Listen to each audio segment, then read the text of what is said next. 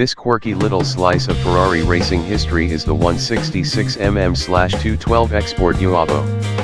Yes, that's its entire name, and each bit is important. If you're game, we'll explain why with the trip down memory lane. Or, if you're impatient, it's because it's a mashup of the 166mm, named after the Mille Miglia, and the 212 Export, crafted in a shape that resembles an A, or Uovo. It was built for Count Giannino Marzotto, who was the youngest heir to a massive fortune from his father's fashion and textile business. Since the late 1940s, the Marzotto family was on a first-name basis with Enzo Ferrari, and had bought a number of race cars from the fairly famous car builder. In the 1950 running of the Mille Miglia, the 1,000-mile race from Brescia to Rome and back, Marzotto won, driving a Ferrari 195S. It's a fairly infamous victory in Mille Miglia history, but not because, at 22, Marzotto was the youngest driver to ever win. Nor was it because he beat a certain Juan Manuel Fangio to the finish line by more than 20 minutes. It's because he did it all while wearing a perfectly tailored, double-breasted suit. The story goes that ahead of the 1950 race, Marzotto was testing the Ferrari 195 and found it slow compared to his old 166.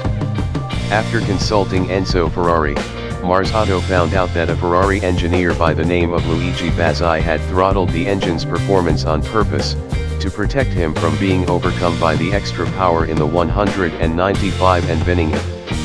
With power restored, he went on to beat the fearsome Alfa Romeo 6C Competizione and Jag XK120. Giannino's older brothers Umberto, Paolo, and Vittorio also competed in the 1950 Mille Miglia. Umberto and Paolo drove 166mm, while Vittorio drove a 195S to 9th place with co-driver Paolo Fontana. Now, Fontana was pretty handy, not only as a co-driver and mechanic, but also as a coach builder. Carrozzeria Fontana is one of the lesser-known Italian coach builders, but, in the 1940s and 50s, it was responsible for a bubble-top take on the Lancia Aurelia and a run of Ferraris. Further back, it built a cabriolet based on the famous Alfa Romeo 6C 1750. But we digress.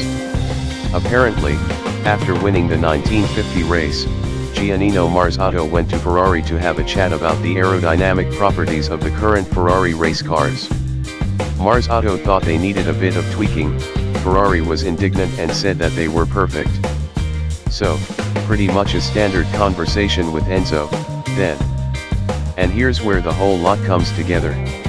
Marzotto decided to show Ferrari the power of aerodynamics, turning to sculptor Franco Reggiani and builder Paolo Fontana to make an ultra-slippery race car to compete in 1951.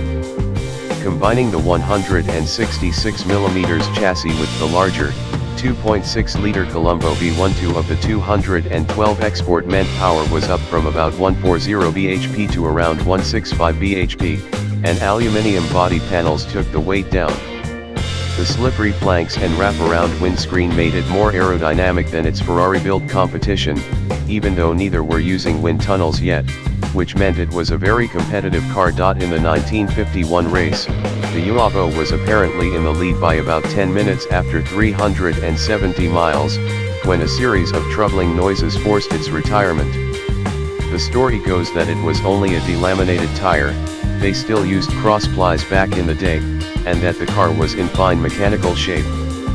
This was proven later on, when the Uovo, by this point making around 185 bhp, won the Giro di Toscana, Tour of Tuscany. It went on to compete across Italy, and then in California. Since then, it's toured in the Mille Miglia Storica, a slow road tour along the old Mille Miglia route, showcasing the cars that raced, and spent a while in the Ferrari Museum. And now, you can have it, provided you can scrape together about £4.4 million by the time the RM Sotheby's Monterey auction rolls around in August.